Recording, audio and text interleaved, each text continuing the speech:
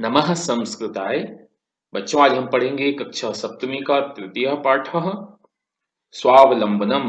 अनुवाद के साथ करेंगे संपूर्ण अभ्यास। तो जिन्होंने अभी तक प्रथम पाठ और द्वितीय पाठ का अध्ययन नहीं किया है वो डिस्क्रिप्शन में लिंक दी हुई है, उसके माध्यम से पढ़ सकते हैं और अभ्यास भी कर सकते हैं। तो आइए स्टार्ट करें आज की क्लास। स्वावलंबनम तृतीय पाठ। कृष्णमूर्ति श्रीकंठश्च मित्रे आस्ताम। कृष्णमूर्ति और श्रीकंठ मित्र थे। There are two friends, Krishnamurthy and श्रीकंठश्च। तो श्रीकंठस्य पिता समृद्ध आसीत। अब यहाँ दो फ्रेंड्स की बात की गई है, एक कृष्णमूर्ति और श्रीकंठ। तो श्रीकंठ के बारे में पहले वर्णन किया गया है। श्रीकंठस्य पिता समृद्ध आसीत, यानी श्रीकंठ के पिता समृद्ध थे। अतः तस्य भवने सर्वविधानि सुख साधनानि आसन। इसलिए उसके घर में, तस्य यानी होता है उसके, उसके घर में, भवने यानी भवन में, घर में सभी प्रकार की सुख सुविधाएं थीं। किसके घर में? श्रीकंठ के घर में। तस्मिन् विशाले भवने चत्वारिंशत् स्तंभः आसन। उसके विशाल भवन में, बड़े घर में 44, चत्वारिंशत् यानी होता है 44, 44, स्तंभ यानी होता है खंबे, तो 44 खंबे थे। तस्य अष्टादश प्रकोष्ठेषु 50 गवाक्षाः चतुश्चत्वारिंशत् द्वाराणि षट्चत्वारिंशत् विद्युत व्यजनानि च आसन। तस्य यानी उसके घर में अष्टादश प्रकोष्ठेषु, 18 प्रकोष्ठ यानी होता है रूम्स, कमरे, तो 18 रूम्स में 50 गवाक्षाः, 50 यानी 50, गवाक्षाः यानी खिड़कियां, विंडोज, 50 विंडोज थी।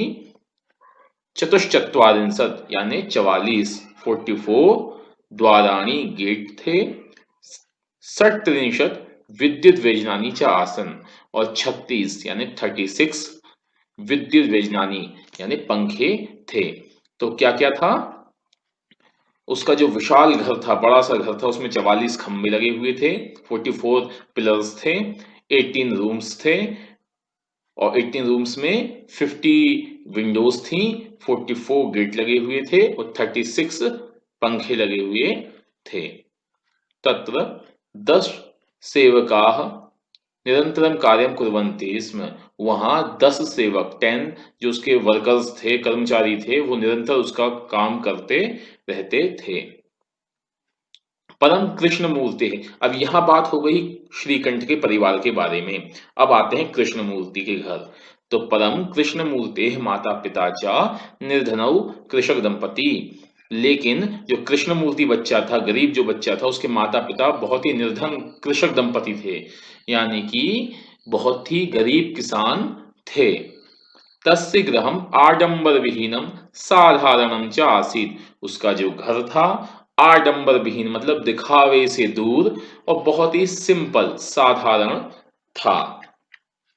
ठीक है बच्चों, चलिए। एकदा श्रीकंठः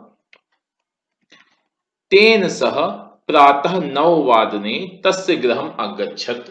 एक बार श्रीकंठ, अब श्रीकंठ जिसके पिताजी बहुत ही समृद्ध थे, ऋष थे, वो उसके साथ, किसके साथ? कृष्णमूर्ति के साथ। उसका जो दोस्त था कृष्णमूर्ति, जो कि गरीब था, उसके साथ प्रातः 9 वादने, सुबह 9 बजे, तस्य गृहम अगच्छत्, उसके घर आया। किसके घर आया? कृष्णमूर्ति के घर आया। कौन आया? श्रीकंठ आया। तत्र कृष्णमूर्ति तस्य माता पिता च स्वशक्तया श्रीकंठस्य आतिथ्यम अकुर्वन्। अच्छा बच्चों, आपको ये दिखाई दे रहा है ना, जैसे कि यहाँ पर नववादने हो गया, यहाँ कृष्णमूर्ति तस्य माता पिता च स्वशक्तया, ये वर्ड्स अलग डिफरेंट कलर में टाइप हैं, यानी कि बाकी सब ब्लैक में है, इनको अलग कलर में डिफाइन किया गया है, क्योंकि यह प्रश्नोत्तर से संबंधित हैं। जो आपसे पाठ में प्रश्न पूछे गए हैं, उन प्रश्नों के उत्तर इसमें समाहित हैं। ठीक है, तो आइए क्या लिखा था? तत्र कृष्णमूर्ति, वहां जो कृष्णमूर्ति के माता पिता थे, उन्होंने अपनी शक्ति के अनुसार, स्वशक्ति यानी अपनी शक्ति के अनुसार, अपने सामर्थ्य के अनुसार, श्रीकंठ से आतिथ्यम अकुर्वन, श्रीकंठ का अतिथि सत्कार किया। जैसे कोई गेस्ट आते हैं घर में, मेहमान आते हैं, तो उनको हम चाय नाश्ता पानी करते हैं, उनके हालचाल पूछते हैं और बहुत स्वागत सत्कार करते हैं। वही स्वागत सत्कार श्रीकंठ का उनके माता पिता ने किया। एतद् दृष्ट्वा श्रीकंठ अकथयत्, ये देखकर श्रीकंठ ने कहा, मित्र, अहम भवतां सत्कारेण संतुष्टोस्मि। हे मित्र, यानी हे कृष्णमूर्ति, मैं तुम्हारे सत्कार से संतुष्ट हूँ, मतलब मैं सेटिस्फाइड हो गया तुम्हारे घर पर आकर। केवलम इदमेव मम दुःखम, केवल मुझे इस बात का दुख है, यत तव गृहे कोऽपि भृत्यः नास्ति, तुम्हारे घर एकोपि भृत्यः नास्ति, यानी तुम्हारे घर में एक भी नौकर नहीं है। भृत्यः यानी होता है नौकर, जो घर में काम करने वाले होते हैं, कर्मचारी होते हैं, वर्कर्स होते हैं, उनको बोलते हैं भृत्यः। तो मुझे इस बात का दुख है कि तुम्हारे घर में एक भी नौकर नहीं है।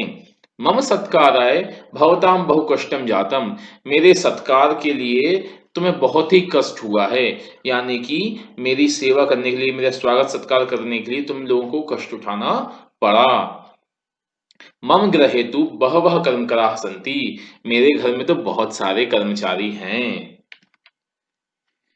अब ये जो बातें श्रीकंठ ने कही, उसको सुनकर कृष्णमूर्ति ने क्या कहा, तदा कृष्णमूर्ति अवदत्, तब कृष्णमूर्ति ने कहा, मित्र, ममापि अष्टौ कर्मकराः सन्ति। तो बच्चों, अब जो कृष्णमूर्ति ने कहा, इसको बड़े ही ध्यान से सुनिए, पढ़िए और अपने जीवन में अपनाइए, क्योंकि इन मॉरल वैल्यूज को जो अपना लेता है अपने जीवन में, बहुत ही ऊंचाइयों तक वो पहुंचता है, अपनी लाइफ में बहुत ज्यादा एक्टिव हो जाता है और अपने गोल के लिए प्राप्त करता है।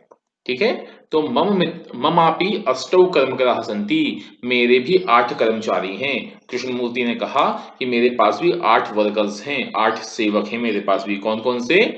तेचा दो पादौ, वो है कौन कौन से? 2 पैर हैं, द्वौ हस्तौ, 2 हाथ हैं, द्वे नेत्रे, 2 आंखें हैं, द्वे श्रोत्रे इति, और 2 कान हैं।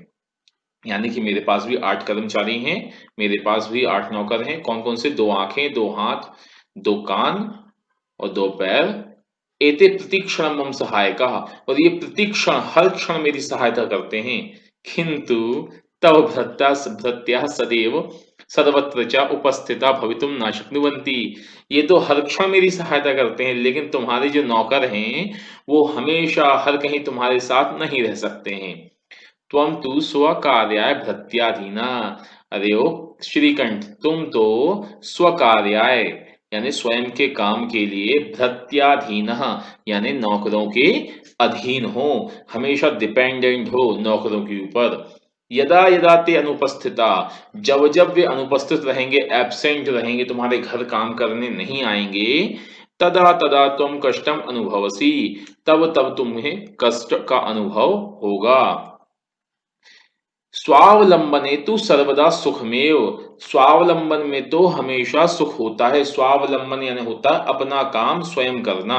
ठीक है बच्चों, जो चैप्टर का नाम है स्वावलंबनम, इसका तात्पर्य ही यह होता है कि अपना काम आप करें, यानी अपना काम हमें स्वयं करना चाहिए। तो जो ऐसा करता है तो सर्वदा सुख में, उसे हमेशा सुख प्राप्त होता है। न कदापि कष्टम भवति, और कभी भी किसी प्रकार का कष्ट नहीं होता है। श्रीकंठावदत्, श्रीकंठ ने कहा, मित्र, तव वचनानि श्रुत्वा मम मनसि महती प्रसन्नता जाता, तुम्हारे वचनों को सुनकर मेरा मन बहुत ही प्रसन्न हो गया है। अधुना अहमपि स्वकार्याणि स्वयमेव कर्तुम इच्छामि, अब मैं अपना काम स्वयं करने की इच्छा करता हूं। यानी कि आज से, अधुना यानी अभी से, आज से, इन प्रेजेंट, मैं भी अपना काम स्वयं करूंगा। भवतु, अच्छा ठीक है। सार्ध द्वादश वादन मिदम, सार्ध द्वादश वादन मिदम यानी होता है 12:30 बज गए हैं। सांप्रतम गृहम चलामी, अब हमें घर चलना चाहिए। ठीक है बच्चों, तो ये चैप्टर था।